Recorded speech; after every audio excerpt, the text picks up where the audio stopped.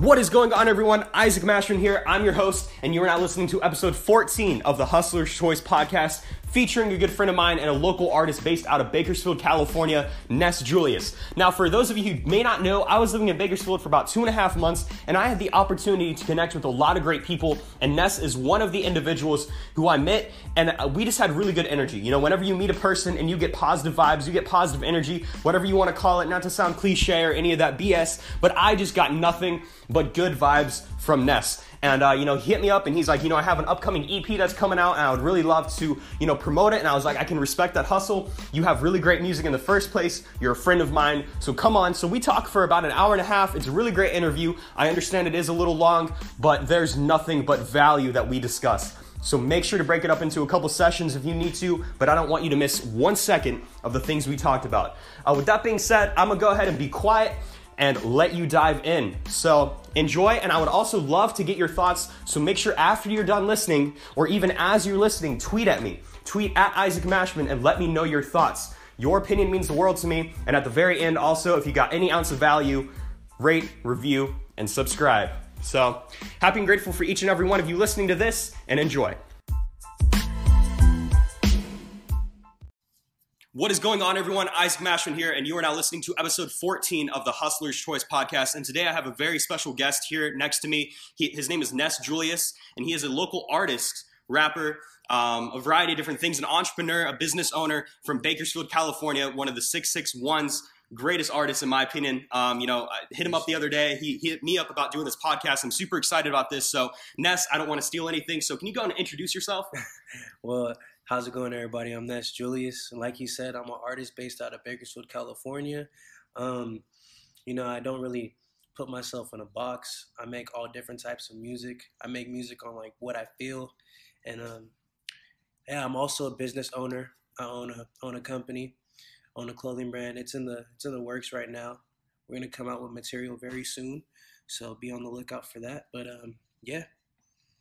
All right, that's what's up. That's what's up. So we got connected through a mutual friend, but at the time, Young Spitta. Actually, episode 12 of the podcast was with Young Spitta, and he dropped his EP, A Short But True Story. Since then, that's been doing great. But I was riding in the car with him. It was actually, I think it might have been that night, or it was like a week prior, and I was at his house, and we were going, and he put on an artist. And it was Ness Julius, none the other. And I was like, yo, this music is really dope. And I reached out to you. I posted it on my story. I was like, I'm going to connect with him. And then fast forward 3 days later, I was like, hey, Ness, let's go ahead, hang out, connect and get to know one another, on a business level, on a friend level. Wow. And yeah, it's really crazy to think about it. And, I ended up telling Andrew, I was like, hey, Andrew, like, Ness is at the crib right now, and got on a FaceTime, and then since then put y'all in contact. Super dope dude. Man, it's crazy and speaks about the power of the internet. Yeah. But man, we went into this podcast with no questions, no exact direction. All I know is that we're going to talk about a whole variety of different things, a whole lot of value, and something that I try to emphasize with the podcast is trying to give value to the listener, because I feel like every single person has a different experience, a different hustle, something that they've been through that can serve as a lesson to another person. So.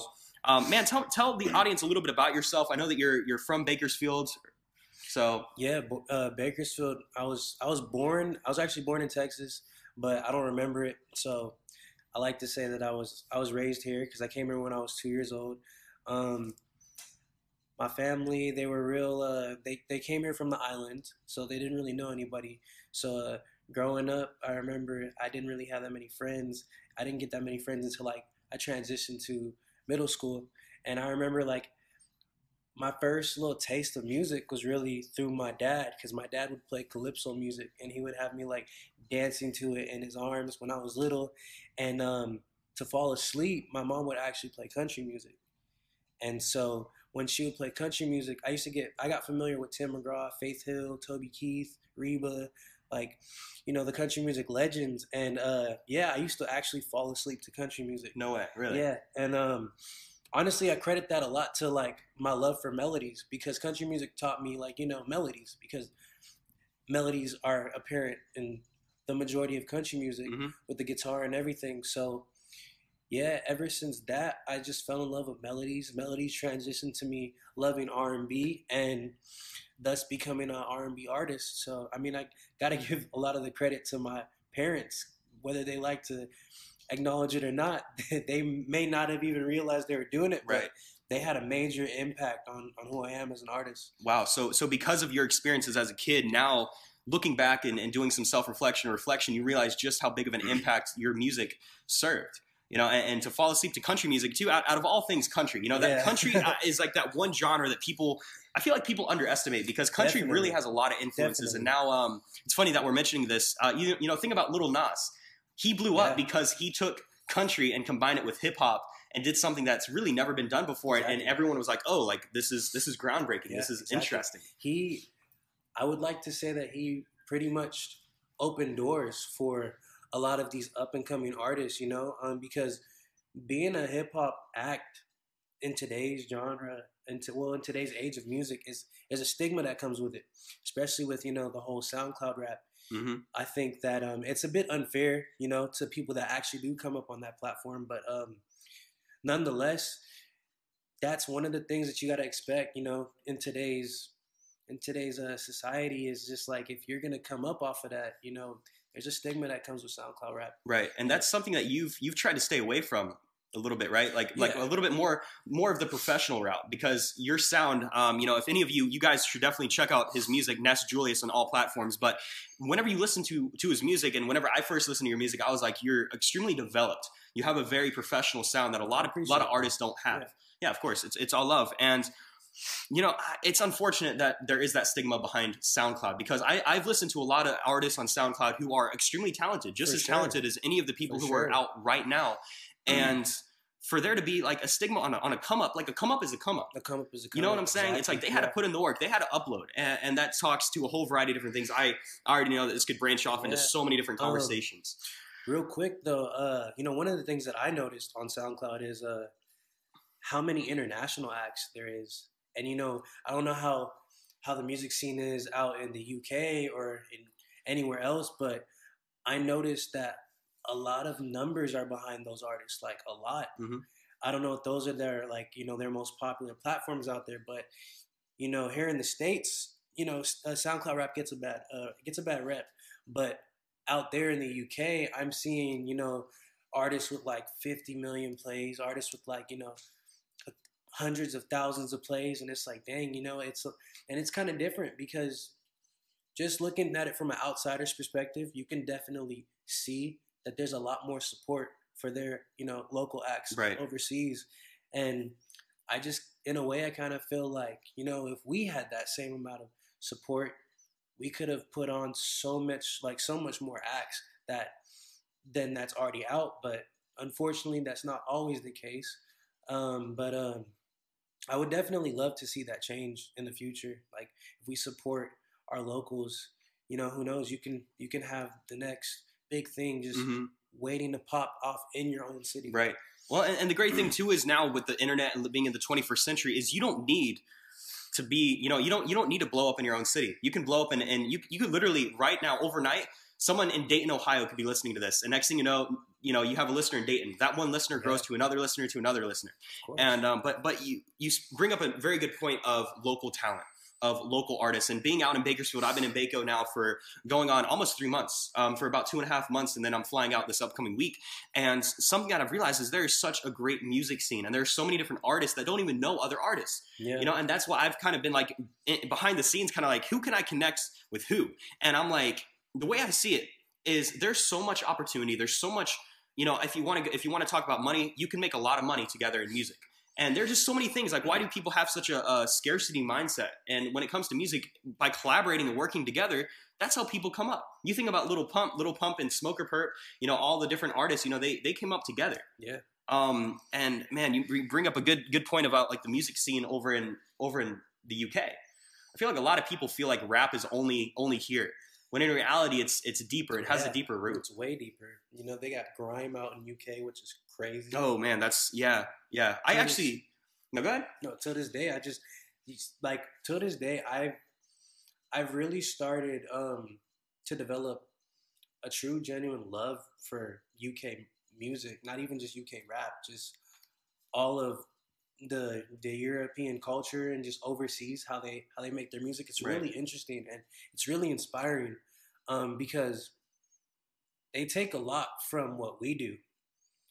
Like I know years ago, it's no longer like that because the UK developed grime. But I know years ago, the UK was closely looking at what we were doing with rap, and they were following it. But now they're starting to develop their own sound, which I think is just amazing. How someone could be inspired by us, but now develop their own sound, and it's almost like growing up as an artist. You're watching your favorite rapper or your favorite singer perform on stages, and you get inspired by them, and you develop a sound. So it's pretty cool to see that and how they've transitioned into what they are now. It's really dope. To this day, I like love to work with a UK act. That's my goal on my next project. Who? Do you have anyone like specifically that you really want to talk about or work with, or who? There's one in particular. His name is Bakar. I've reached out to his camp. Heard of him? Yeah, he's really dope. I love his music. Bakar, if you're listening or if you plan on listening, please hit me up. Email me. I'm trying to work. But no, definitely him for sure. I've been a fan of FKA Twigs for going on like 3 years now. Okay. She's like amazing to me. Georgia Smith. I could go on, but my love for the UK, it's definitely apparent. Now you mentioned briefly influences. Now, growing up, you listened to country music a lot. You said like Tim McGraw, Faith Hill. Growing up, I personally loved country music. Over the past couple of years, not so much. I've kind of transitioned to I went through like country music when I was like a sweet innocent child, and I went through that emo phase and did like a whole bunch of like hardcore screamo music. This is something I haven't talked about publicly to many people. RXD. Yeah, literally, man. And just, man, that was some crazy times. And then from there, I've kind of transitioned to hip hop. Hip hop has always been like from middle school and high school, especially at the beginning years of high school. And part of the reason that is because growing up, my parents were like, hip hop is trash. Like they're like, rap is crap. And that's something they always told me. And I was like, I was the type of kid to where if you told me to go left, I would go right. And because they told me not to listen to hip hop and not to listen to rap, that's all the more reason why I did. Because I was like, this is unexplored territory. I want to figure it out. Exactly. And so, I personally, I've been influenced by a lot of people like Rick Ross as an entrepreneur. There are lessons to be learned. Like Nipsey Hussle, for example, I've taken a lot from him and what he did. A lot from Drake and just his overall marketing capabilities and stuff. But for you as an artist, what are some of your influences? Ooh, I have a lot. Okay. But some of my influences stem from Drake, of course. Okay. Party Next Door, Young Thug, and Frank Ocean. And this is gonna be like a odd one, but Beach House, the alternative group. Okay. What is their number one song? I feel like I know who you're talking about, but how I got put on the Beach House was I don't know if you've ever heard of that show, Rhythm Roulette. No. Okay, so Rhythm Roulette is essentially it's a show where producers will blindfold themselves and they'll go into a record store and they'll pick 3 random records, and they have, I think it's an hour. Yeah, they have an hour to flip those 3 records, sample them, and make a beat out of it. And I don't know if it was on one of the episodes, but I think it's run by Mass Appeal, and Mass Appeal is Nas's company. It's now Nas's record label. I actually didn't know that. Yeah, and so it's run through Mass Appeal, and Mass Appeal did this episode where they had a sit down with DJ Dahi, and DJ Dahi broke down a beat from Kendrick Lamar's project, Good Kid, Mad City. Okay, fantastic project. If you're familiar with the song Money Trees, that's the one that he worked on, and that's the one that he broke down. And the sample that they used in Money Trees was a Beach House song. I don't necessarily remember the name of the song, but I do remember that he said it was a Beach House song. And he expressed his love for Beach House and how, like, they were just this dope group. At the time, I know most producers like to sample things from the 60s and the 70s. Their music, I wasn't familiar with alternative music at all. So mind you, at the time when I heard it, I'm thinking Beach House is like this group from the 60s. Like the Beach Boys, right? Yeah. That's immediately what I thought. But then I look up Beach House and they're like, they're still making music to this day. And I'm like, oh, snap, let me check them out. Mm-hmm. And that was like my first experience with alternative music. and I just fell in love with it. Literally. So I know that we were having conversations before, and it's like your influences are all over the place. It's not hip hop. It's everything. Yeah, and I feel like a lot of people, Andrew and I also talked about this. Guys, the one thing that you're going to notice is the things that I talked with Andrew about on episode 12 are very similar to the things that Ness and I are talking about because they're so close to one another. You had what, like a 3-hour conversation with Andrew the other day. Yeah. Like that's crazy. You can't have that type of conversation with many people. And what I was telling him is, over the years, I kind of developed a love for just networking because that's basically what we did. We linked up. We didn't necessarily make music. We just talked about music, talked about our influences, talked about our creative process, talked about our like individual artistic visions. Yeah. And, I left that conversation fully inspired. I didn't necessarily have to make music, but it was just the fact that I was able to sit down with someone and creatively share my thoughts. It was pretty dope. I feel like a lot of people think that just because there's so many different, it's the same thing with entrepreneurship. When it comes to entrepreneurship, it's such a saturated thing. When it comes to music, you can easily put artist, musician, rapper in your bio. You could do that. And I feel like a lot of people, because of that, automatically assume that all it takes is you write down a couple of rhymes on a piece of paper, and next thing you know, you're a rapper. When in reality, there's just so many different elements that go into that. Can you speak a little bit more about like the process behind that and the process from like how you originally started to where you are today when it comes to what it takes to produce a song? Got you. Honestly, I'm like the perfect person to ask because my transition was crazy. Let's hear it. When I first started actually recording music, it wasn't even singing. I was literally rapping because my older brother, he would make music for fun, and he had a friend who had a studio. And I remember one night he came home with it was him and my cousin and a couple of his buddies, and he came home with his song on a CD, and he played it, and I was like, "Yo, this is you, like actually on the song." He's like, "Yeah, that's me," and he was rapping. It was the best shit in the world to me, because I looked up to him, and ever since then, I thought that was so cool, and that made me want to write raps. It's just that he was more so very, very influenced by the Bay Area music. Okay. And he was real heavy on Mac Dre, real heavy on Messy Marv. So he would make music like that, and it was like gang rap almost, and which is what my parents immediately associated all rap with was the gang culture. Yeah. And that's why it was frowned upon in my household. Man, I hate that. Yeah. My parents were the same thing, and I'm like, looking back now, I was like, you didn't know anything. Yeah.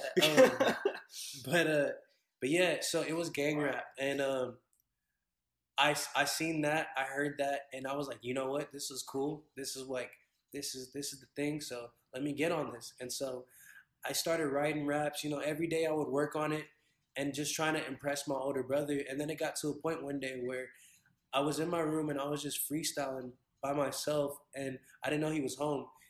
And he just like cracked his head through my door and he recorded me. And when he recorded me, he played it for his producer. And then his producer gave me feedback and was like, this has super potential. I think I was only like 11. Oh, wow. Yeah. Were you looking up to your brother, like trying to impress him almost as like as competition, or just trying to be like, you had, like, was your older brother such an influence to you to where you're like, I want to be like him? Was that kind of where it was coming from? Not so much like I'm trying to be better than him, but I would like to be like him. Yeah, it was more so like about acceptance, because in his eyes, that was like almost like another father figure. So I was just like, if he thinks this is cool, then that's all that matters to me, because I'm trying to be like him. Okay. And he really encouraged me. He really did encourage me to keep doing it. And so I kept doing it. It wasn't something that I was fully confident in, because I wasn't doing it. I wasn't doing it as my main focus at the time, because I was still playing sports. I was still being a kid. I didn't really start taking it serious until I was like 15, until I got in high school. And that's when I really started to develop my approach to it. I was still taking a rapper's approach though. Like still, I still love to sing. I was in choir and chorus, but I didn't know how to implement that in my own music. And it didn't take me until almost after high school. So like midway, I would probably say like the beginning of my senior year is when I started actually producing my own beats and recording myself, because I got a studio set up in my room with the help of my parents. Okay. They helped fund it, and that getting my own studio is what really helped me develop. And then I started getting comfortable with my singing voice, and 18, 19, I fully transitioned into being a rap and singer. And how old are you right now? Right now, I'm 20. 20. Okay. Yeah.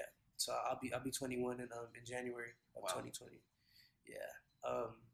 Yeah. And so eventually that helped me transition, and I ended up getting more and more comfortable with my singing voice, and now here I am. I don't necessarily consider myself like a singer or a rapper. I always like to say I'm just a pop artist. Okay. Because I like to make like trendy music, but also I like to keep it true to myself. I'm really starting to refer to a lot of people as artists rather than rappers, because it's just deeper. It's deeper. You're doing a variety of different things. You're able to rap, but you're also able to sing. You're able to do things with your voice that a normal rapper wouldn't be able to do. There's some people who just have like one flow and just stick to that. And now I want to take a step back, and you mentioned your parents and how they helped fund you getting that studio. So are your parents like supportive of you when it comes to this music, or has it kind of like changed? Or talk to us about that. Okay, so right now they're in the middle. They support me, but at the same time, they don't fully understand it just yet. Okay. Because the problem with the music industry, and like, I think we've talked about this, is it's high risk. Mm-hmm. It's what you put in is what you get out. Absolutely. And starting up from the ground up, you have to make a lot of investments. And being on this side of it, we totally get that. But on their side, they're not outside looking. They see all the risks, but they really can't see the reward. They can't see reward, and they can't see potential. And that's short-term versus long-term vision. And a lot of people view different things that they're not involved with through almost like a jaded view, a jaded eye. Yeah. And like my dad literally told me, he was just like, as much as I support him through this, I would much rather him have his focus towards something more realistic, Okay. And in a sense, I mean, I kind of felt like I was being looked down upon, but at the same time, it kind of motivated me to just keep going, because it's like, okay, I just got to keep at it, because eventually it's going to get to that point where. And you'll show them. Yeah, I'll show them. And, when that day comes, they're going to be standing there with mouths open wide and full shock. But, if that's what it has to take, then. Right. Man, I can relate to that on so many levels, like in my own personal life, especially when it comes to, not going to college and choosing that route personally wasn't for me. Like I could have went to college for virtually nothing, but I was like, you know what, it's the time investment that I really don't want to make. And I know looking back now that my parents, they didn't understand what I was doing. They're like, what the hell are you doing? You went through school, you got tremendously great grades, you graduated, all this stuff. And my high school counselor was like, what do you mean you're not going to college? And he I went to a school that was a charter school, and it was ran by majority of Turkish people. It was Turkish people, and fantastic people, fantastic administrators. I was super close with all of them. And I just remember like hearing, and they were just like looking at me in like a thick, heavy accent. And they're like, what do you mean? and man, I just looking back now, I'm glad that I didn't do that. And you mentioned how your parents, because they couldn't really see that, it almost drove you to work harder. Yeah. And it drove you to do more. And that's I see the same, man. I do the same exact thing. It definitely did. Yeah. It definitely drove me to work a lot harder, because it's like, okay, if you want to doubt me this much, now I got to work 10 times harder just to prove you wrong. Right. Or now I got to work 10 times harder just to show you. Like, the perfect example of what opened my parents' eyes was last summer. And this past summer, one of my songs, "Easy Call," was played at Zoomies in the Valley Plaza Mall. Okay. and my parents weren't present, but I wasn't even present. I was able to get it on film or on through a Snapchat, Mm-hmm. and I screen recorded it and sent it to my mom. Like, Mom, they're playing my song in Zoomies, and she went crazy. Like, Man. immediately, she went Yeah. nuts. I'm like, that's almost equivalent to getting it played on the radio. Very close. Absolutely. And in her eyes, she's like, oh my God, like my son is actually getting played. Like, and so that meant everything to them, and that meant everything Mm-hmm. to me, because now they get it. It's helping them understand it. I think with time, they'll continue to understand it a bit more and see what can come out of it. Right. For sure. Something I really battled with along those lines was I was so focused on proving everyone wrong and myself right that I was almost obsessed with it. And over the past couple of weeks, especially because like being out in Bakersfield, I got extremely out of my comfort zone, and I've been able to hit some major milestones in my own business, in my own personal life, and stuff like that. And over the past couple of weeks, I've realized that there's no, like, it's not about proving them wrong anymore. Like I've already proved myself right, and that this is possible. What is possible? Like I'm starting to show. Like I was on a phone call with my mom the other day. I was like, I closed my first like 4-figure client, and I talked to her about that. And I feel like since then, like she's starting to become a little bit more accepting of like, I'm not going to college, but my son is doing X, Y, and Z. Like he's doing these things. He's making things happen. Yeah. And I feel like that's almost the same with you. Of like now your music is taking off a little bit more. Your parents are starting, like they're still hesitant about it, but they're like, oh, for sure. Okay, they're starting. Yeah. Their eyes are starting to.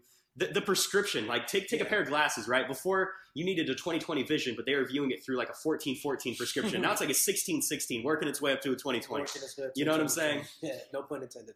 Literally. Yeah, man. Yeah, I completely get you.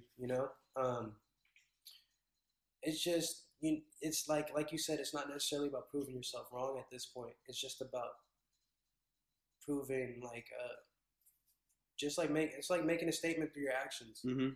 It's like you owe it to yourself. Because at the end of the day, you made that commitment, right? And like before you prove anyone else wrong, you just gotta make sure that you're in the right place. Yeah. Like with yourself. Like exactly. Yeah.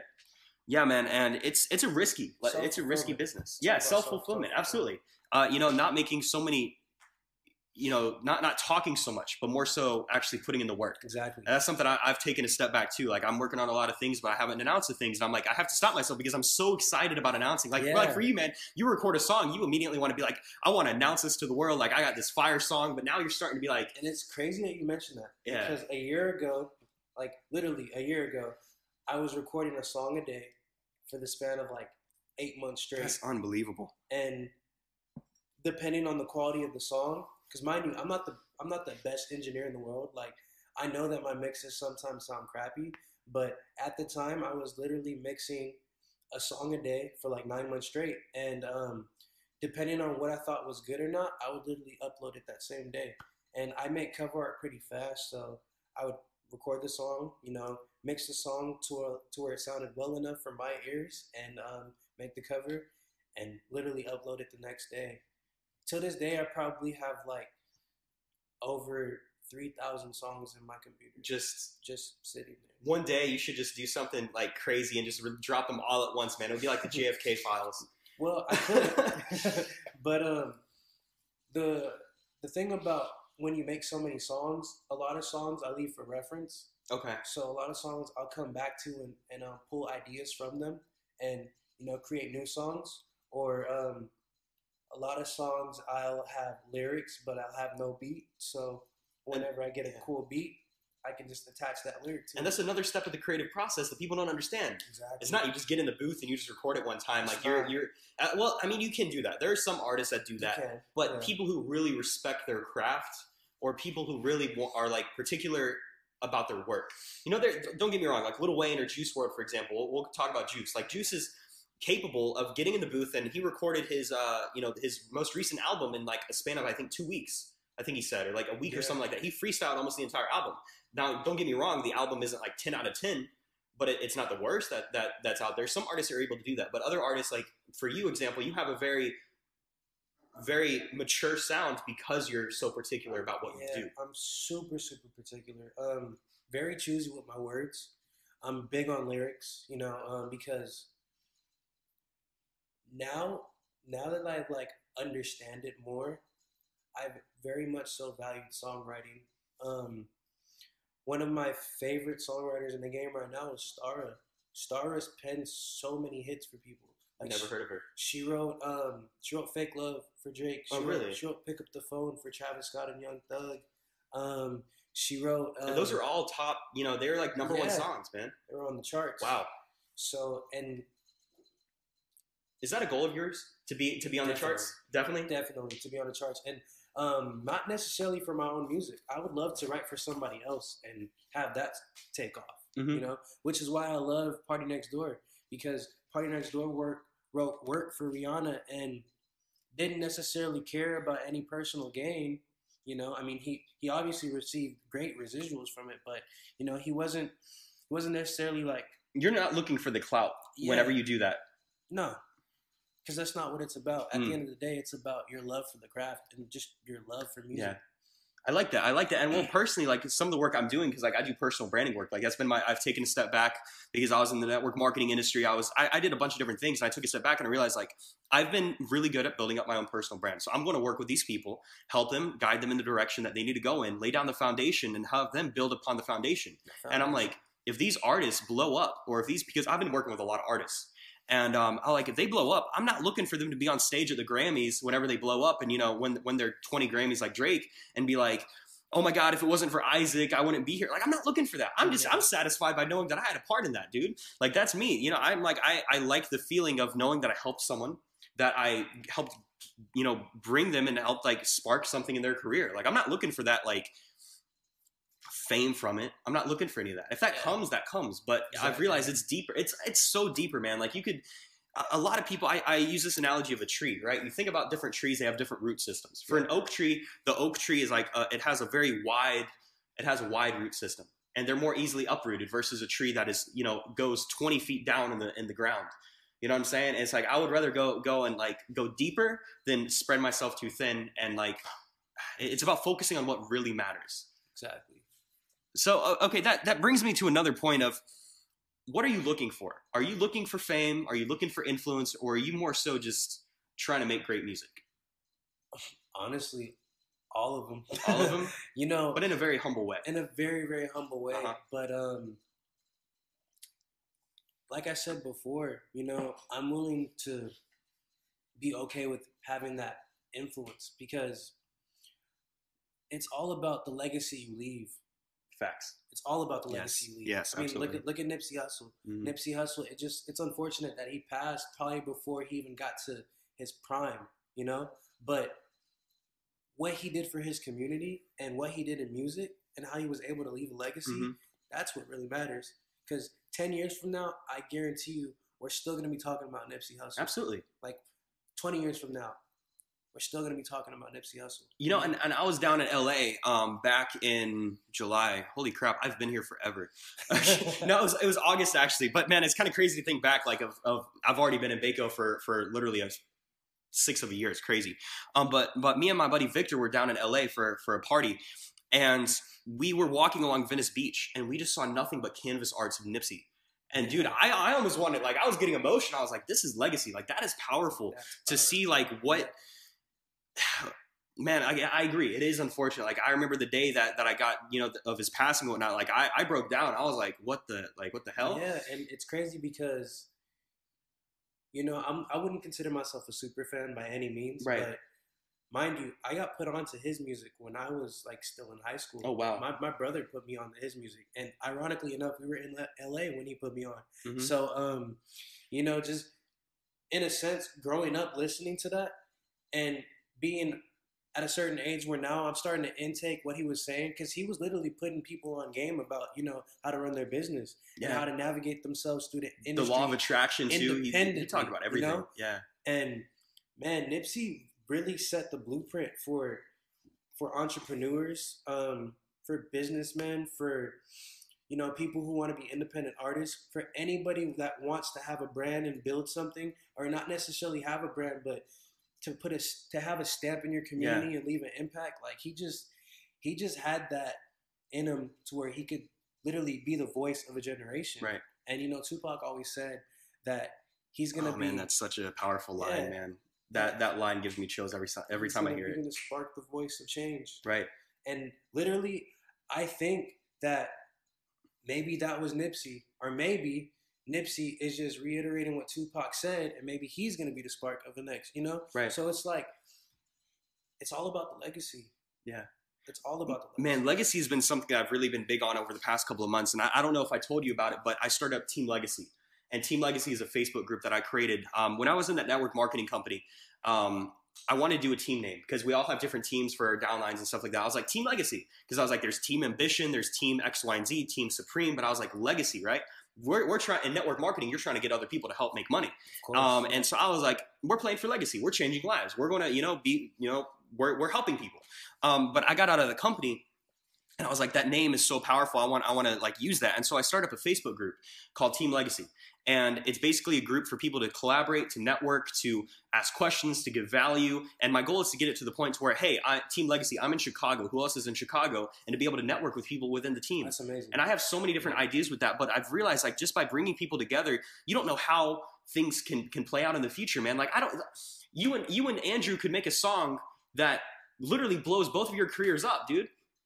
That was the power of networking. That's legacy right there. And I'm like, I've started to realize too, it's like, what will I be remembered by? And for being 19, you're 20, I've even started to think about recently of like, what type of father will I be? What will my kids think about me when I'm literally about to die? Like, I'm thinking on such a deeper level of things that people don't think about until they're already there. Exactly. And you also got to think of like, oh man, this is good. I'm really enjoying this. I mean, yeah, we think about legacy, and people, the biggest thing about legacy is like people, they like to think about the future and they're like, you know, dang, I have to do this in the future. I have to do this. Well, what about now? Like, yeah. You know, you have to pay attention to who's looking now. Like, what can you do now to start that foundation? Absolutely. Or what can you do now to like, you know, literally build your legacy? Like you start here. You know, it's never a wrong time to start and it's never too early to start. You just kind of, and even if you fail, it's okay. You know, you tried something, you failed, you know what not to do for next time. Mm-hmm. You know? You live and you learn. You live and you learn, literally. Yeah. So it's like, I personally think that you shouldn't run from it. You should just embrace it. Mm-hmm. You know, one other thing that I really like to think about is like, you think about Biggie and Tupac. Have you looked at their numbers on like their streaming numbers on Spotify? No, actually I haven't, no. Biggie, I checked it the other day. He has like 9 million right now, monthly. He's been dead for 20 years. That's legacy. But that also speaks about timeless music. That speaks about, you know, an impact and a deeper message and stuff like that. And sure. I know something that you like to do is you like to create music. You're not trying to create just songs, right? Go ahead and talk about that, because I know you and Andrew have a very similar stance on this. Yeah. But go ahead and speak on what your opinion is. So what's really crazy is that me and Andrew literally like agreed that we both make music about experiences that we've gone through, and a lot of the time too, music is just so powerful that you end up speaking things into existence. Mm-hmm. Some good or some bad, but you know, it's so much easier to talk about things after you've gone through them. You know, with anything, even just having a conversation.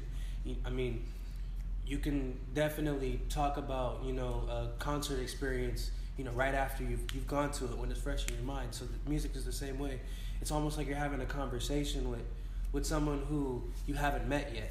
That's what I like to think about music. Like, that's how I like to think of it. Like, you're talking to someone who you haven't met yet, who you are literally being a voice to. Like, you're literally being somebody's voice. You know, someone who's afraid to speak, mm-hmm. or someone who is too embarrassed to share that happened to them. So, like, the perfect person, like, that opened doors to me, that did that, was Drake. I mean, Drake was very emotionally vulnerable in a time where that was frowned upon in hip hop, and till this day, some people give Drake a lot of flack for it.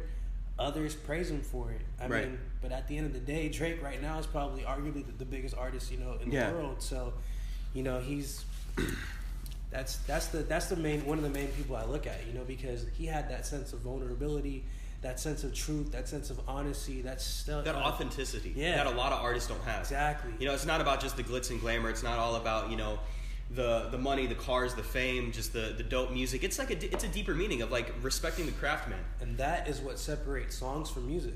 It's all based on feeling and emotion. Feeling and emotion. Okay. I mean, that's almost like for all the entrepreneurs listening too, like that's, if you think about it, there are a lot of people who just flash Lamborghinis and Ferraris on Instagram because they can.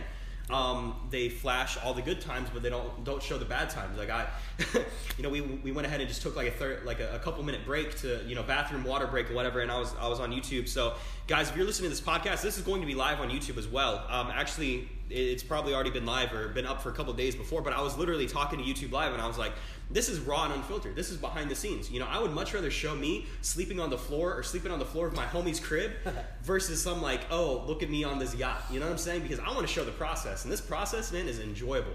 And for you have come to enjoy the process. You've come to enjoy the journey. Exactly. Yeah, very much so. I mean, at first, I'm not going to lie. I was just like, dude, when is this going to take off? Like, at one point, do I start calling for my private jet or calling my assistant?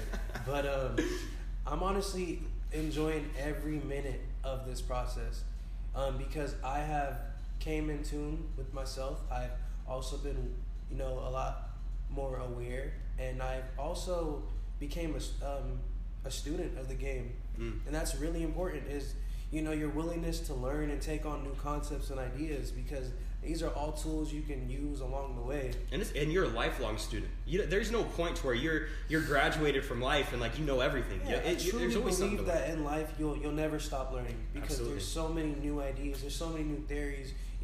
There's all these different books being written, and no one makes the rules of life. You learn, and you learn as you go, and you live as you go. Yeah. So.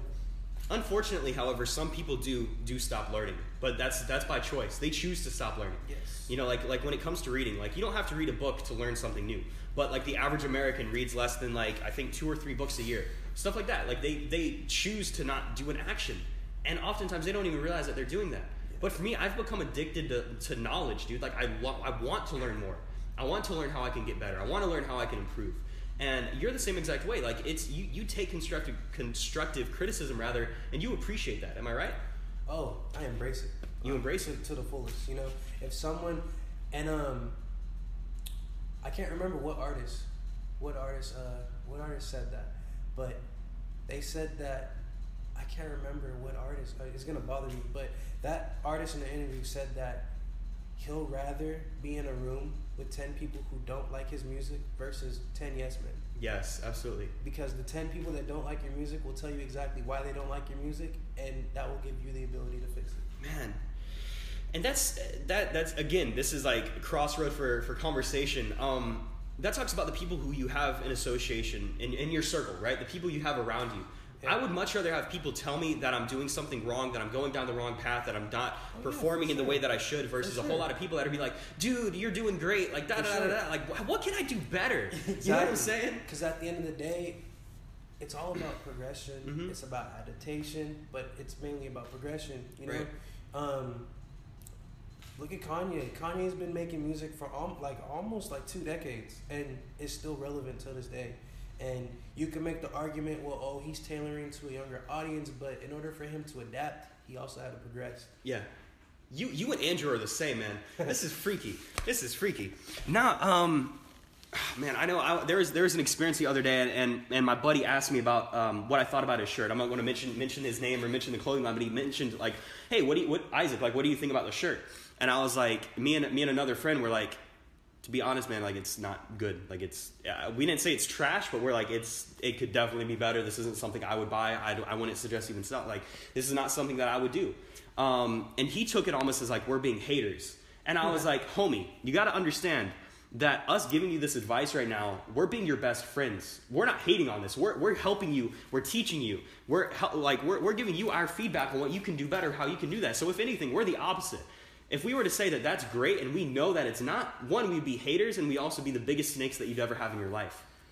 Yeah, because, I truly believe that if you're allowing failure, it's like you're not helping at all, There's, like you said, there's a difference between being a hater and being someone who's offering assistance. Mm-hmm. In that sense, you were offering assistance. Right. You were telling them, this might not be my taste, but here's what I think you can do to improve this. Yeah. Or, this might not sell, but here's what you can do to make it sell, Yeah. And he, that one specific design, he didn't get feedback from anyone else. And, I was like, what?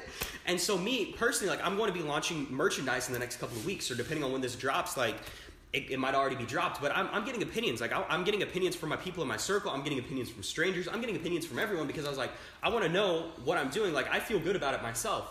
But it's one thing to see something through your own eyes or to listen to your own music, but it's another thing for another person to see it or another person to listen. That's huge. Yeah. And the funny thing is, I used to be that person where I didn't like showing my music. I was very uncomfortable with it. I wouldn't even record with people in the room at a certain point. But I don't know what it was. I just started getting more comfortable because I found out very early on that without constructive criticism, there's no room for improvement. So I needed that. And till this day, if I record something that I'm iffy about, or if I have an idea for a design, I always run it by 2 or 3 people. I started targeting who I show my material to. I go for one person who I know will like it, 2 people who might have a different view, so that way, if they don't like it, they'll be honest with me, or at least tell me what they don't like about it. That's great. So you mentioned that you've gotten more comfortable over time. I know that there's a video on Twitter that I saw that was you in I think it was high school, and you were freestyling. I was like, hey, okay, this is dope. From that point and like now to where like you're recording and you're comfortable recording with other people, how did you get comfortable, or did it just kind of come with time? Because I can definitely relate, man, to starting out. Like I remember doing my first face-to-face interview for my podcast. Like up until that point, it was a phone call, and even my first phone call interview was like this is like out of my comfort zone. So how did you get more comfortable? Ooh. Honestly, just being around other artists, being around other people, discussing art, discussing music, being in a room with people who are just creative thinkers definitely instilled more confidence in myself. And also just studying the game and watching interviews, reading up on things. Learning, it sounds like, right? Yeah, it goes back to that point. And also surrounding myself with the right people. Speak on that a little bit more. So what I mean by surrounding myself with the right people, a few years back, I want to say like 3 years ago, is when I first met an artist in town that goes by the name of Joe Maynard. Mm-hmm. And at the time, I didn't know too many local artists. For a long time, I thought I was like one of the only people in my city who even made music. Boy, were you wrong. I was totally wrong. Yeah. But yeah. So we linked up, and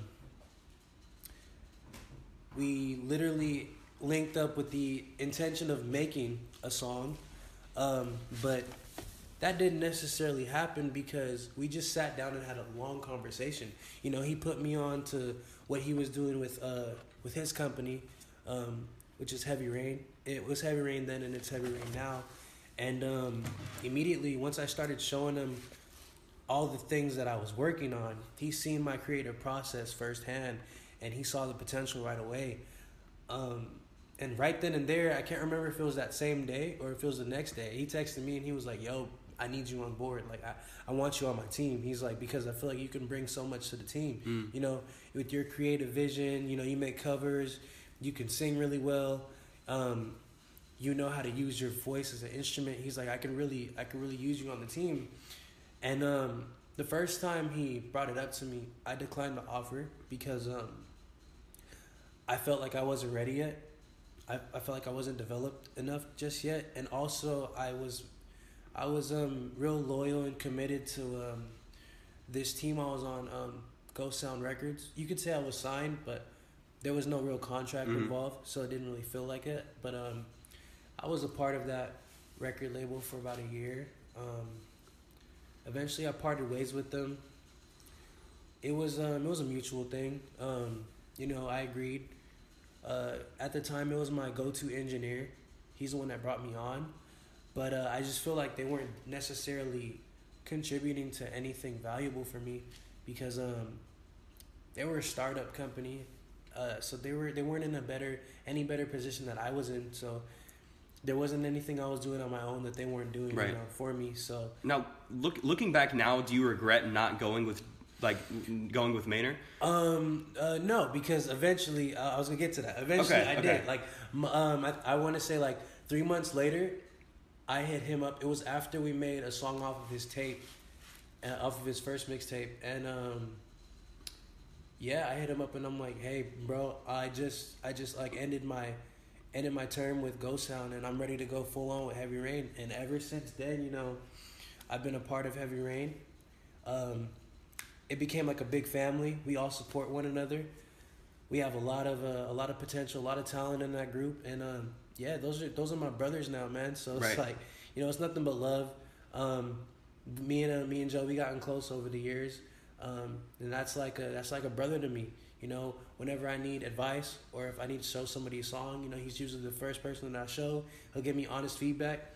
And what I like is like he's not a yes man. He'll tell me something right off the jump if something's not good or if something's like it has potential or it could be better. He'll tell me, Yeah. And that's one of the best qualities of the group is that we're so honest with each other, and that's why we're able to pump out the best content.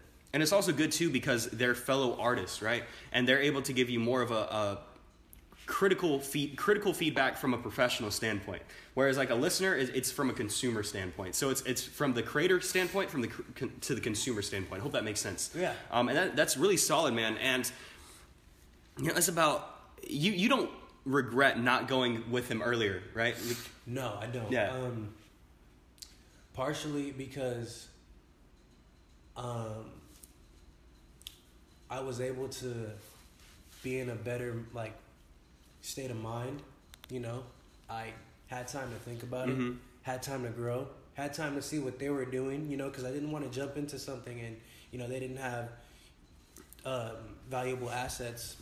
Right off the bat, they showed me what they were about, the environment, and everything immediately clicked. So I'm kind of glad that I took my time with it, and I was able to, because he told me right then and there. He said, well, the day I declined it, he said, well, we'll always be here. We can still, I'll link you to my engineer, which was Alonzo, and me and Alonzo have been working ever since. And the rest is history, honestly. So it's like it's understanding and respecting that what's meant for you will come when it's meant to come to you. You know what I'm saying? But at the same exact time, you have to be willing and open to accepting that when it does happen. There are a lot of people who are presented with golden opportunities that it's literally what they wanted, and they turn it down, and because they're cold to new opportunities, or they're scared, or they don't want to get out of their comfort zone, man. Someone told me, not too long ago, that if something is too comfortable, or something feels too comfortable, it's bad for you. Yeah, I agree. And that, that was a new concept for me. Immediately, when he said that, I was just like, whoa, that's deep. He said, if something, and he told me that when he was at a job, or he was about to accept the job rather, and the conditions wasn't anything that he was used to, and immediately he said as soon as he started overthinking that, boom, it's meant to be, because it's not something he's comfortable with. And that, I was just like, you know what, that makes a lot of sense. I'm gonna have to start using that in my life. I need to as well. That is, guys, if you're listening to this is one of those moments where you need to rewind the past 2 to 3 minutes and listen to that again. That's a very powerful thing, man. And it's like me making this move out to Bakersfield. I had a lot of people, my family. I didn't tell any of my family about this move out here. And I literally, the next day, I left a note underneath my pillow.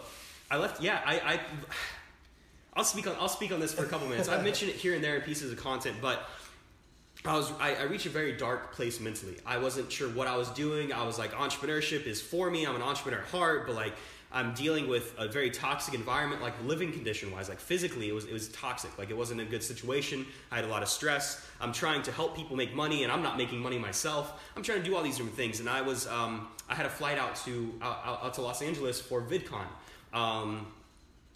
And it was a round trip. And I reached out to a friend of mine. His name is John. And I was like, John, I don't know what I'm about to do. I'm going to go take this round trip. I didn't even have the money for Ubers. Like I didn't have the money to take the Uber from the airport to the hotel or any of that stuff. And I was like, I don't know what I'm going to do. It's like I'm going to come back home. I'm going to be in the same exact situation I left. And I don't know what the next step of my life will be. Will I have to get a job? Will I do anything? And I'm like, looking back now, I realize that I could have done exactly what I'm doing now there. It's just mentally, I wasn't ready. I wasn't ready. My environment wasn't ready. And that speaks to, I didn't realize just how powerful your environment truly is, whether it's good or bad. And he's like, Isaac, take the flight. Take the flight, go out there, and don't fly home. He's like, I was telling him, I have connections with Bakersfield because I flew out to Bakersfield last year expecting to make a move.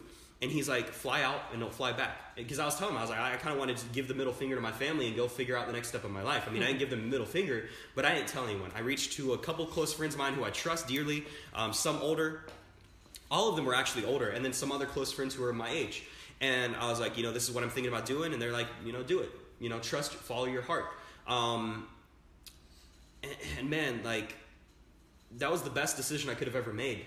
And that's why you need to have close people in your network. Because I used to think I'd be able to hold my own. I'd be able to do everything myself. I'm able to, not that I know everything, but I was putting my willpower at such a high place in my life, and I didn't realize how weak I truly was. And so I'm so grateful for having those people in my life because they were able to help me and pull me out of that dark situation and help open up these opportunities. And for that, I'm truly grateful. And if I had any other people in my circle, they'd be like, "Nah, dude, stay home. That's super risky. It could go bad." I know I was on a phone call earlier today because now I've been in Bakersfield for 2.5 months and I'm about to go fly to France, dude. I booked a one-way ticket. And here I am, and everyone in my life, like I've had some people be like, "Isaac, that's super risky. I don't know about that." And then other people are like, "Dude, go fucking do it. Go fucking do it." What's crazy is you literally were able to adapt that saying without even knowing it. It wasn't comfortable and you did it. Yeah.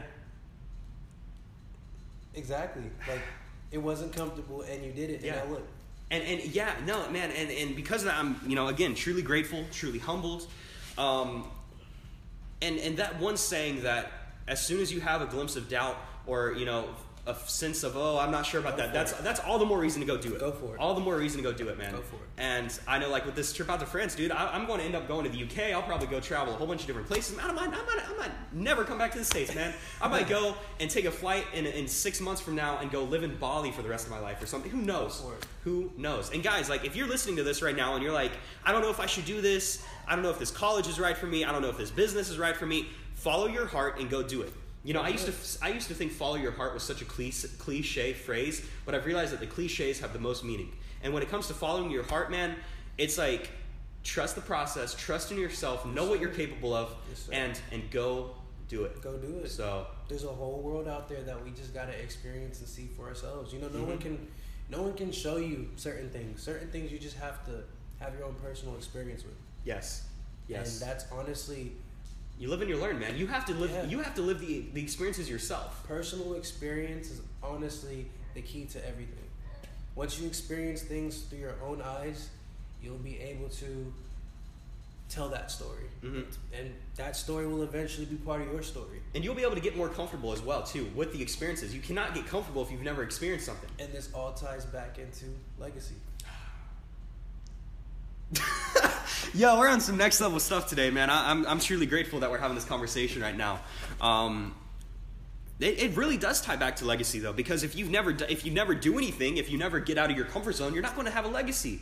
I mean, you might have a legacy of like, this is your grandpa Joe, this is your grandpa Ness. Lineage. Yeah, lineage, but like you don't have pictures of your great grandparents hanging up in your house. You know what I'm saying? Exactly. But I don't want to just be known in the family. I want to be known as like someone who changed the world, who left an imprint, who made the world a better place. And I've started to realize, man, and I was thinking about this the other day, and I was like, why the hell are we experiencing the same exact issues our parents and grandparents had?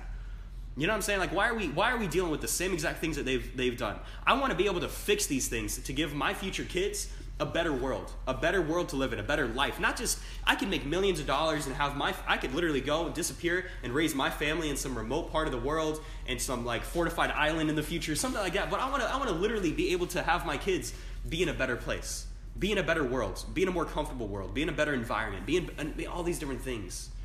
Again, legacy, and it's like, you can set the dollar amount as high as you want, as low as you want, but as soon as you hit that dollar amount, what's driving you afterwards? Yeah. And it's like the fame and the money and all that's great, but what truly fulfills you? Yeah. What truly fulfills you? And music fulfills that for you, right? Kind of fills in that gap in your heart. For sure. Fills in that gap. It also serves as like someone to talk to. Serves as your own personal shrink. Serves as your own therapeutic. Yeah, it's very therapeutic. Very, very therapeutic. Music has gotten me through times where I didn't think I was gonna make it out of. Not just physical, but mentally. I'd be going through some mental blocks, and then somehow I get inspired, make a song. I'm able to translate my feelings through the form of audio, and it's literally, to me, that's the best thing in the world. Is the fact that I have a medium and I have something to go to whenever I feel bothered, whenever I'm sad, whenever I'm happy, if I'm having the time of my life, I can literally write it down through lyrics. It's almost like my personal journal, in a sense. Right. I can relate to that 100%. Entrepreneurship and stuff like this. I was talking to a friend of mine who I actually met in Bakersfield, and she was like, Isaac, like you inspire so many people, you motivate so many people. Do you ever get lonely like yourself? And to be honest, the raw, unfiltered truth is yes. It's so easy to motivate another person. It's so easy to inspire another person. But when it comes to inspiring yourself, that's when it can get difficult. Very difficult. Very, very. And man, I can feel that so much. Yeah. Because making music, a perfect example is my last record before Faithfulness, All American Boys Club. I had random people hitting me up on Twitter telling me, "Oh, bro, this project is so amazing. This helped me, right? Like, this helped me." Yeah. And I'm just like, dang, like that helped you, but you don't mean to sound selfish, but at the end of the day, what's gonna help me? Yeah. Like I'm able to give you this music, but it's like, what really helps me? What helps me wake up? What keeps motivating me? And it's literally that impact. Having that impact is what motivates me. Being able to influence a generation is what motivates me. Being able to be the voice for people who don't have a voice motivates me. For me, this is going to take a turn and go super deep. But there have been times I was talking to Victor. A lot of the people I mentioned in my podcast, the reason I mention them so much is because they're part of my circle, and that's the role that they play in my life. If I mention someone, that means that they play a big role. And I was telling him, I was like, man, to be honest, I've thought about taking this trip out to France and like literally dropping off the grid entirely, never talking to anyone ever again, and just completely disappearing. And like doing some Batman Bruce Wayne type shit of going and going along the Himalayas and all that stuff. But to me, dude, I would literally be content with going and living a life in Taiwan or with the monks or in some crazy place, or going to France and like kicking it in some cottage and just living my life. And like living a very not a humble life, but just living a life, of in nature and stuff like that. I'm not all for the luxuries and stuff like that. I was in Boy Scouts for 7+ years of my life. I genuinely love being outdoors. I love being in nature because I realize that the small things in life are also the most precious. And the one thing that has kept me from doing that is realizing that there are people who need to hear my story, that there are people who need to hear the things I have to say or my experiences and the things I'm doing. I had a friend of mine, his name is Josian, and I was on a phone call with him about a month ago, and he was like, Isaac, you inspired me to make a move to California later this year or next year. He's like, because you took that leap of faith. And I'm like, hold up, what? And then there's a shout out to Aruba, shout out to Promise Roads. If you're listening to this, there are various people who literally are making tweets about me or mentioning me, and I've never met these people in person, but I'm being such an inspiration to them that they're taking time out of their day to tweet about me or to make a graphic or to mention me in a podcast or to say that thank you for doing this. Thank you for Team Legacy. Team Legacy is already, it's on autopilot right now. I could step away and it would still grow.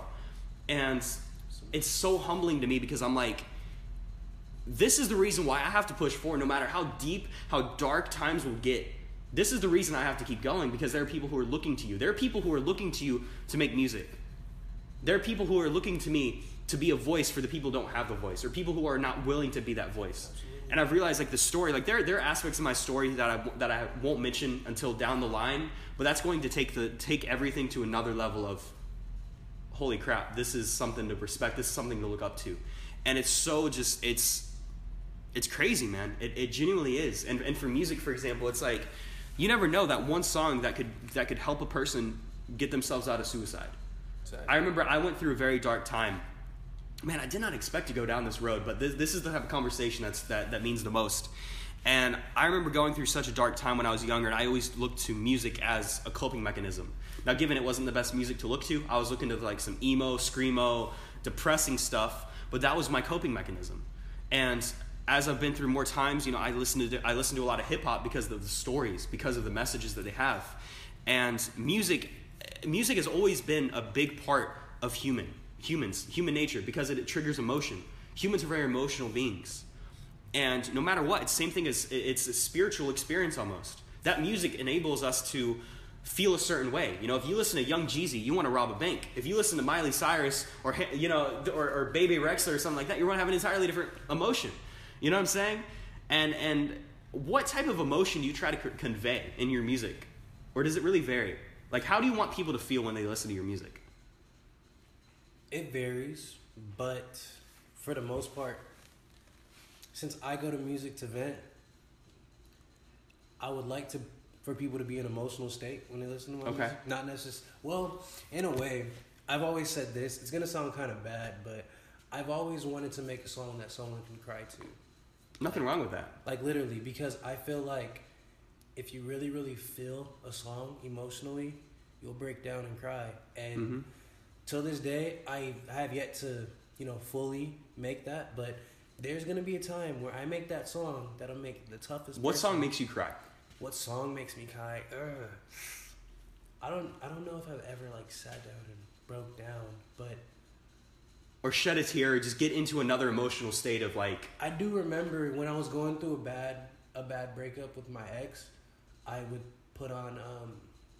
I'd put on The Weeknd. Mm-hmm. And yeah, that's the go-to for a lot of people. I'd cry to that. I'd cry, or I'd put on Lana Del Rey, and I'd cry to that. Okay. For me, it's Victory Lap by Nipsey Hussle. Because the way he starts off that album, and I was a Nipsey fan before his passing. I didn't get into his music until 2018. And it was Victory Lap, just the overall way it sounds, the way the female and the voice acting or the voice work and stuff like that, and that's always made me very emotional. There are other songs too that I can't name off the top of my head, but every single time I listen to them, I just get chills. I get in or it takes me back to a certain time. It takes me back to a certain time, like riding the school bus to school or something like that, the throwbacks and stuff like that, and you just get shivers and you're like, holy crap, and that serves as a reminder of how far you've come. If you really stop and think about how far you've come from the time that you started. And we get so caught up in the grind, we get so caught up in the now, we get so caught up in the tomorrow, we fail to remember that we have come a long way.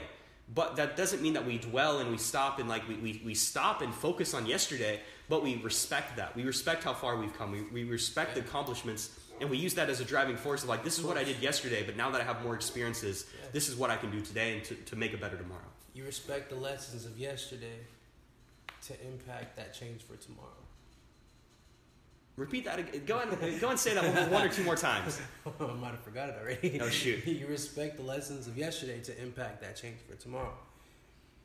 So whatever you learned yesterday, you use that, you adapt that in your life to create a positive impact on your environment for the next day or the days to come. It's literally, it's crazy because literally all of this is tied into legacy, but that's literally what Tupac wanted. You know, he literally wanted. That's what Martin Luther King wanted. You know, they wanted to be that catalyst for change. They wanted to be the jet fuel. They didn't necessarily want to be at. Because looking at it, I guarantee you, Martin Luther King didn't want to be at the forefront, but he just knew that he had to be that voice. Yeah, he had to. Tupac didn't necessarily probably want to be at the forefront, but he had to be that voice. That speaks to leadership. The overall. I remember I've made a mistake or two out here in Bakersfield in the past couple of months. You know, as learning experiences and stuff like that. I'm not going into detail as what that is. And I remember I messaged a friend. I messaged a couple friends. I messaged Zane Campbell, good friend of mine from Ohio, and I messaged Kevin McDonald. Him and I have been friends since middle school. And both of them basically told me the same exact thing. And they're like, Isaac, you're better than that. And be a leader. You're a leader. And ever since that text, dude, and that also speaks to having good people who you can trust on a deeper level too, of like as brother to brother. You know what I'm saying? There's a difference between an acquaintance to an acquaintance, a friend, and a brother, or sister and a sister, or sister to a brother. And there's a big difference with that. And ever since that time, the one phrase that has been stuck in my head is leader. What can I do to lead? And MLK, Tupac, they understood that there was a gap that needed to be filled. They might not have wanted to, but they understood that they had to step up and take that place. Exactly. You know what I'm saying? Yeah. And whether that's through music, whether that's through entrepreneurship, whether that's through a message, you know, a change or a belief that needs to be instilled, a cause, whatever it might be. And it's like, you have to respect that. You have to respect that. Even if you disagree with a certain, like not getting into politics or anything like that, even if you disagree, you have to respect what they're doing. Exactly. And my dad always told me, that's one of the things he's instilled in me lately.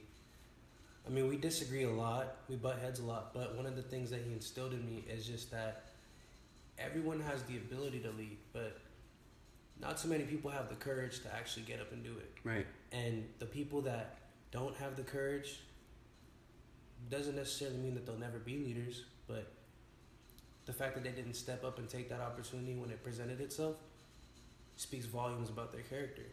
And those that do take that risk will see way more rewards from it. And my dad always told me, you know, be a leader, not a follower. And recently that just, it's been instilled in my head, you know, be a leader, not a follower. So if leading is the unpopular thing to do, just do it. If you're not comfortable with it, go for it. All the more reason to go for it. My mom had a magnet on the fridge. It's still up there to this day. And the magnet basically says, stay true to thine own self. You know, that's a verse in the Bible. I don't know off the top of my head, but and it was her one of her teachers gave it to her, and it was a magnet, and it's basically a magnet of a fish. There are a bunch of fish swimming one way, in one direction, and there's this one purple fish that is swimming in the opposite direction. And it's about, you have to pave your own direction. You have to choose what direction you want to go in, man. The road less traveled. Yeah, the road less traveled. And one of the things, again, this ties back to legacy, man. Like, I'm afraid of getting to a point looking back over life, and this is something I've been thinking about over the past couple of days, and I'm like, I'm 19 and I'm having these thoughts, dude. I'm like, is something wrong with me? You know, like literally having these thoughts, but I'm afraid of not living up to my potential, not doing the best that I can do today. Yeah. I don't want to be on my deathbed and be like, man, I should have flew to France, man. I should have made that move to Bakersfield. I should have done this. That I think about that all the time, and I don't know if that's something I should necessarily be thinking about, but I think it is. I think it's really what makes people stand out from the crowd. You know, the leaders from the followers, the people who are, you know, going to be big influences in the music industry. You know, you think about the people who have the most influence are the people who stand out the most. The spectators versus the doers. Right. Yeah, you know, I need to take a step back to think about this, because we always use the analogy of people running a race, right? They run a race. Why would you be on a spectator? Why don't you run that race too? You know what I'm saying? It's laziness. Why be on the outside looking in when you can partake on everything that's going on? That's why it's so exhilarating for me, because I'm like, what can I do? I have so many different passions and so many different things that I want to get done, man. And like, as much as I want to do that, as much as I love doing this trip to France, as much as I love, you know, everything else and all the different places I could go, I also see the potential here locally in Bakersfield. I'm like, oh my God, this is like a playground. Like, what, man? I could get some things done. I can get some things going. It's a nice hub of everything, you know. But yeah, it's just so much untapped potential, right? And not enough people looking to use that potential to their benefit. You have to unlock that. You do. You know? Have to unlock that. You have to unlock that. And the only person who can unlock that is yourself. You know, you can have everyone around you trying to, like, they're literally giving you the tools. This is something you know, a friend of mine, Zach, said, and he's like, you can give the tools to everyone, but it's like you can literally teach the person, lay out the blueprint, like you're building a cabinet. You're building a cabinet, but if you don't pick up the hammer and you don't pick up the screwdriver, it doesn't really matter. You have to make use of the tools that you're given. And everyone, like, I could give you the tools. Like, I know I've done coaching calls, paid calls, by the way. People who are looking for my advice on social media, I literally tell them everything that they need to do, and they don't do it. And I'm like, what? But in a way, it's not necessarily about having the tools. It's just about having the will to actually do it. Or making the tools at that. Yeah. You know what I'm saying? There are some circumstances where you won't have the tools, but you have to find a way. Exactly. You have to find a way to do that. Find a way to do it. Mm-hmm. Because right now, I can give you a hammer, I can give you some nails, I can give you a blueprint. But if you're not actually willing to build the foundation, what's the point? You got to put in the work. You got to put in the work. Yeah, there's no shortcut around work, is there? There's no shortcut. No. The only way you get the shortcut is if you've done it for so long that you know the easy way to get it done. And that comes with preparation. That speaks to unconscious competence. There's this concept. It's based out of Napoleon Hill's Think and Grow Rich. There's an audio by Kevin Trudeau that I was listening to, and Bob Proctor. He's one of the greatest gurus. He's been studying the law of attraction and Think and Grow Rich by Napoleon Hill for over 50 years, longer than both of us have been alive. And something that they mention is unconscious competence and conscious competence. And one of them is like understanding that you're doing something, understanding that you're doing an action, that you're competent to do something. And the other is not even recognizing that you're doing it, but you're already doing it. So a lot of people who are successful, there's some people who become successful without even like knowing how they became successful. That like just automatically, that just did it. You know, they acted a certain way, they were raised a certain way, those influences guided them in a certain way. And there are other people who have to consciously be aware of the actions that they're taking. And that's a place that you and I are in right now. We're conscious about what we're doing. And we're understanding that we're going and doing these specific actions to get a certain result. Exactly. I love that so much because I like being aware, and I like being aware for this specific reason. Because you see that I'm putting in the work now, if I get there, just know that it wasn't on accident. Yeah. This was pre-planned. This was destiny. I put in this amount of hours, and I'm getting results. You know, so like nothing is by accident, everything is by choice. Do you believe free will versus fate? What's your thought on this? I had someone ask me this the other day, which is the only reason it's on my mind. I don't really know, honestly. That's like honestly the first time I've ever heard that. Yeah. It's something to think about though.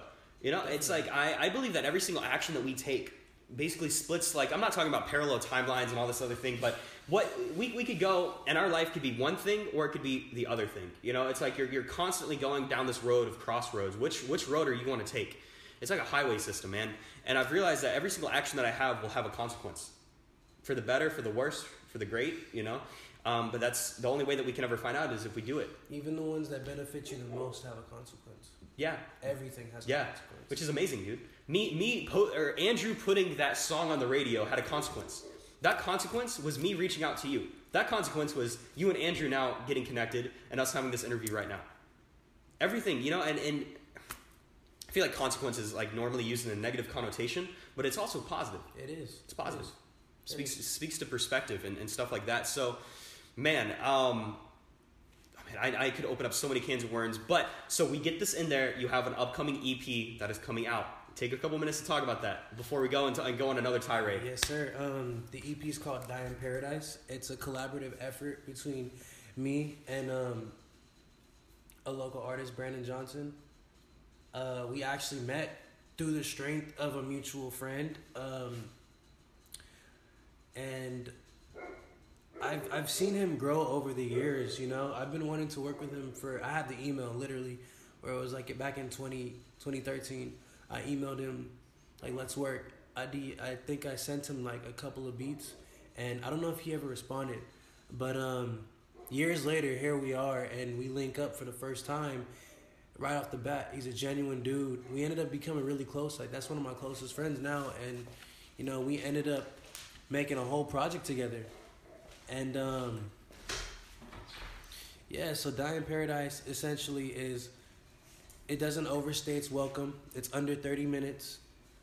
I was able to bring a West Coast flavor to my pop sound, and I was super grateful to have Brandon, you know, get into my world, and then him jumping on songs with pop elements to it, and also we were able to influence or infuse West Coast pop with my R&B style. So I think it's gonna be a good listen. If you're a fan of my music, you'll love it. If you're a fan of Brandon's music, you'll enjoy it. I think it's a good mixture of a lot of different styles, you know, for everyone's taste. So yeah, I'm excited. I'm excited as well. Because I feel like it's a new chapter for both of us, and it's a good standing point in our careers right now. You know, before things, you know, fully take off, we can reflect back on it, right, as an experience that we both shared, and like as a moment in both of our careers. I love how you said before it takes off, because you're planning for it to take off. You know that it's going to take off. Now speak, like, what's the meaning behind the name? So, Die in Paradise, man. Literally one day I was at my producer T Mac's house. We were just cooking up beats. We were just throwing some samples together, chopping some things up, and it was after I made the song called MPR, which stands for Money, Power, and Respect. It Pop Smoke has a song called that. Yeah. Yeah. That was one of the first songs that me and Brandon recorded together. And as soon as we recorded that song, the chemistry that we had, and mind you, this was our first time meeting each other. The chemistry that we had already off the bat, I was like, yo, I want to keep working with this dude. Like, yeah. And so literally we linked up again. We made like 3 songs in a span of like 2 hours, and it was just instant. The vibes were just there. And, you know, I hit him up one day and I'm like, bro, we should make a tape. I don't know how many songs we're gonna put on this thing. Let's make a tape. Let's make a tape. And mind you, I said that back in February, I believe, because I was still working on Faithfulness. He was still working on his fantastic project. album. I appreciate it. He was still working on Alien on Earth, his album. And throughout all of that, there were times where we weren't even like working because we were so busy, but yet we stuck to the vision that we had at first about making an EP. And I'm just excited that it's finally coming out. Yeah, it's not a matter of how long it takes, as long as it happens. You know what I'm saying? As long as the music is good. Right. Yeah. For sure. I know, like, there's some albums that have not come out that a lot of people are waiting for, but as long as it comes out, that's what I'm looking forward to. Man, I'm excited. I'm excited to listen to this too. By the time this episode drops, it'll actually, I'm going to drop it probably a week before your tape comes out. The next single will be out. Next single, All-Star Weekend. It drops next Friday. Okay. Love that song. And it's funny because, you know, most of the time when I'm working on a project or just anything, I'll play the songs to death and get tired of them really fast. Really? But does that like pressure you into moving and creating new things to get tired of, or what? For sure. I like that. Okay. What was so different about this project was, as many times as I've played the records, I've never got tired of them. Like, I don't know what it is. I just haven't. Chemistry. That's what it is. Not only chemistry, but it's energy, right? It's energy, you know? And a lot of people gets loosely thrown around, like, speak it into existence. Like, that's a phrase that I love, but people throw it around loosely and they really don't know anything about it. And I mean, I barely know enough about it. Like, I know more than some people. I don't know, you know, again, I'm still learning, I'm still growing. But that's energy. When you have a good energy with a person, like, that's the reason we're able to have a long conversation like this, man. Like, this podcast is over an hour. This is going to surpass the podcast I had with Andrew because of energy, because of vibes, because of chemistry. Yeah. And some people just, you know, I've done interviews with some people, I've had conversations with other people, and I'm like, how quickly can I end this? Like, because there's just not good energy. Yeah. But you as a musician stuff, like, that chemistry and energy is what creates music. And, like, music is art. Definitely. Music is art. Yeah. And there's some people, there's a song by, like, it was a song with, what was it? It was on, I think it was Cowboy's album. I love him. And he had Meek Mill on the track. and their track really sucked.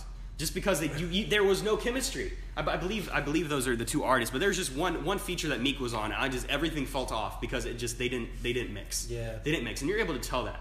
But when that chemistry is good, it's almost like Drake and Lil Wayne. You can tell it. They get along great, man. Sure. And I'm excited to hear this, man. I'm over here. I'm like itching. I'm like I want to hear this. Well, real quick, back to what you were saying about chemistry. One of the things that I hold very high in my music. Something that I wasn't open to in the past couple years, but now I love it, is the collaboration aspect.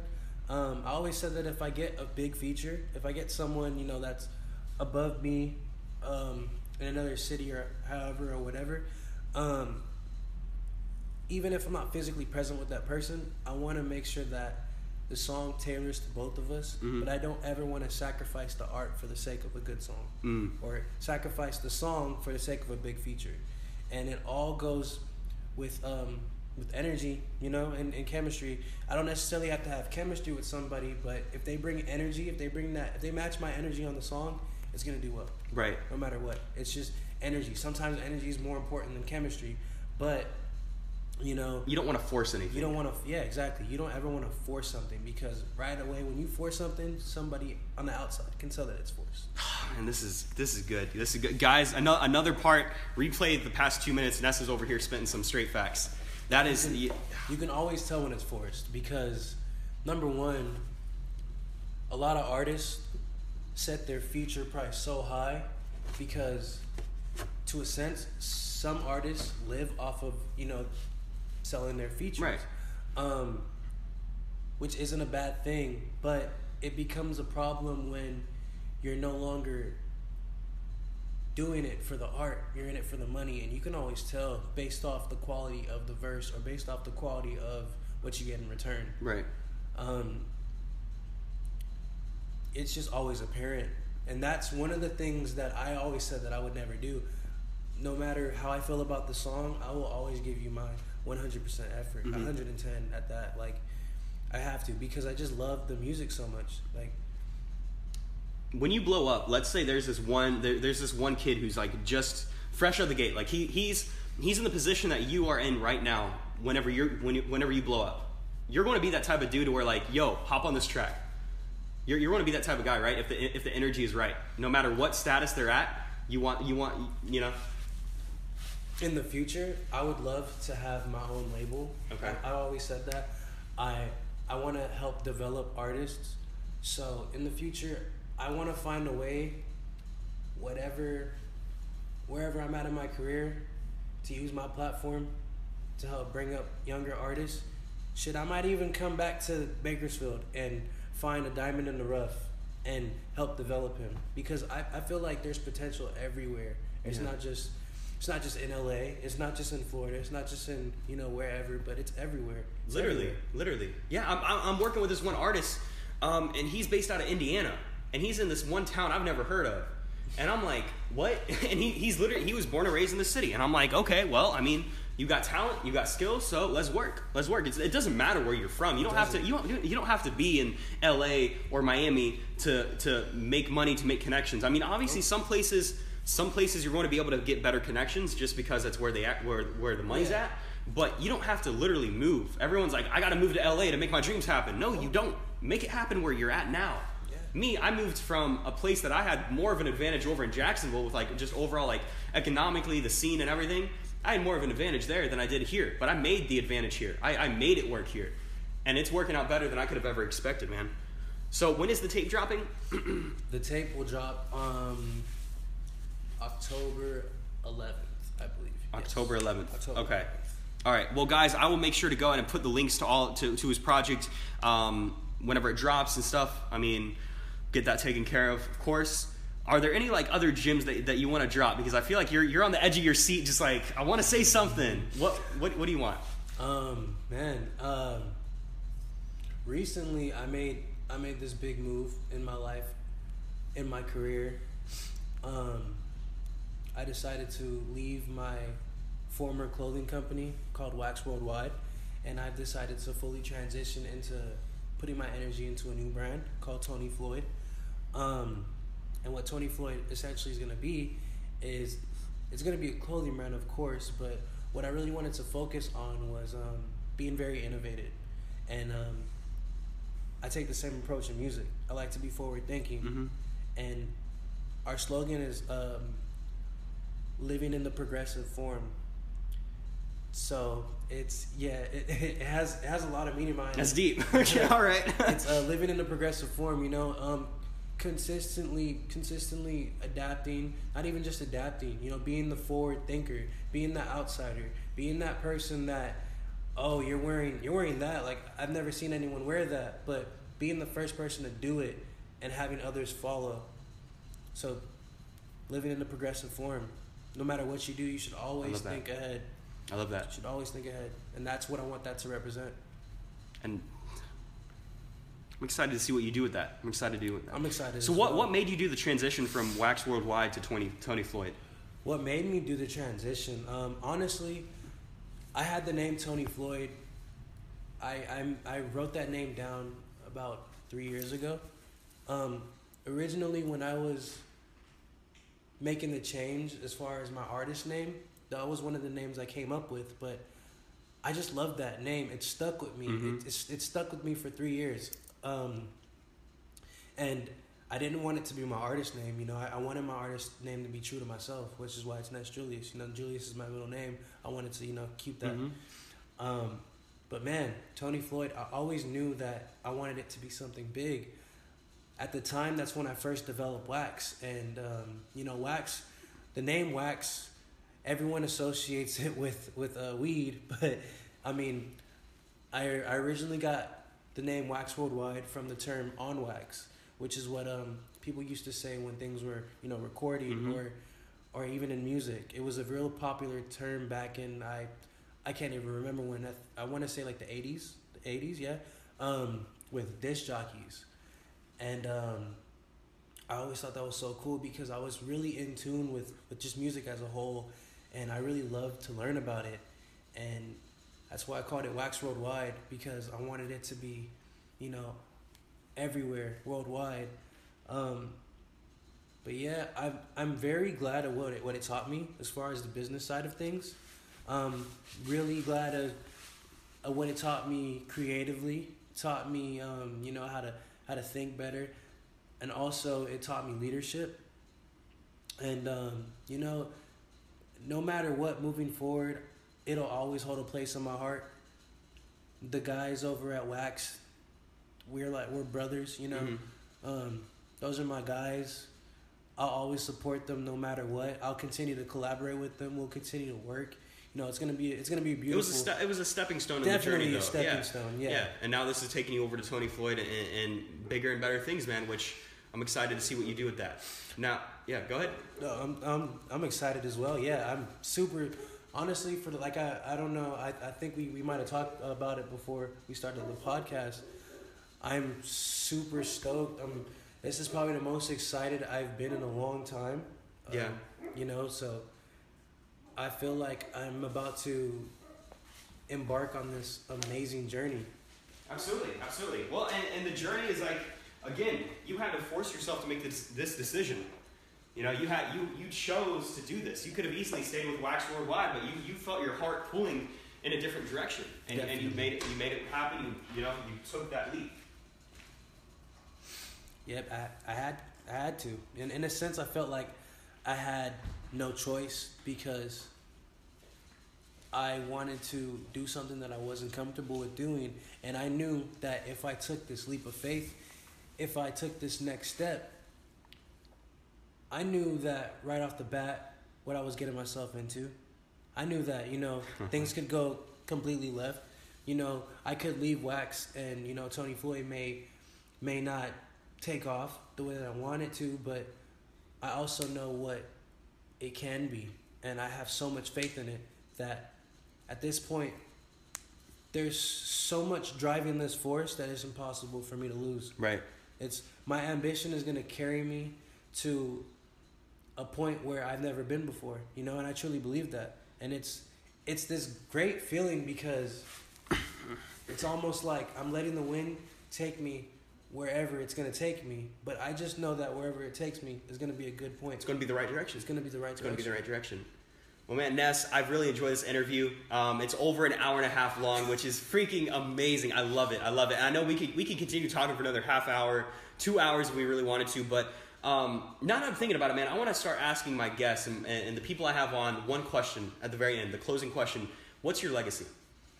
Yeah, or what would you want your legacy to be? Yeah. Like, yeah, like what's that thing that you want to be remembered by? Right. What is that for you?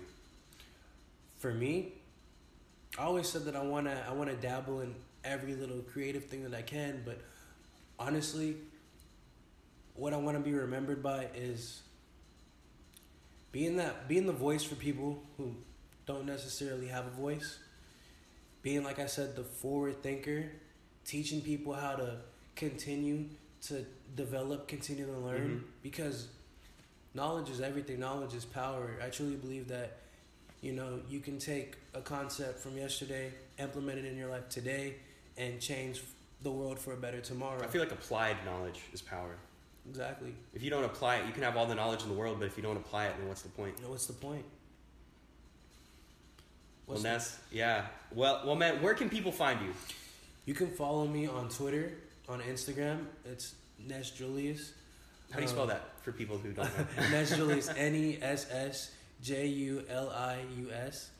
Follow me on Twitter. Follow me on Instagram. Also follow my brand, Tony Floyd. It's TonyFloyde. At Tony Floyd on Twitter and Instagram, and also follow Wax Worldwide.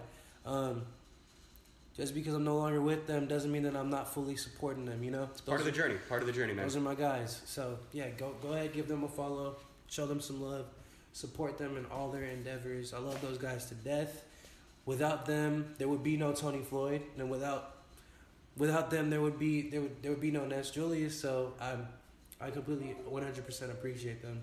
All right, man. Well, let's go ahead and wrap it up, guys. Thank you so much for taking the time to listen to this interview. If you have gotten to this point, you're freaking amazing, and I want to know that you got to this point. So reach out to me. I'll make sure to show you some love on Twitter, show you some love on social media. Let me know that you listened to the entire thing through, give you a shout out.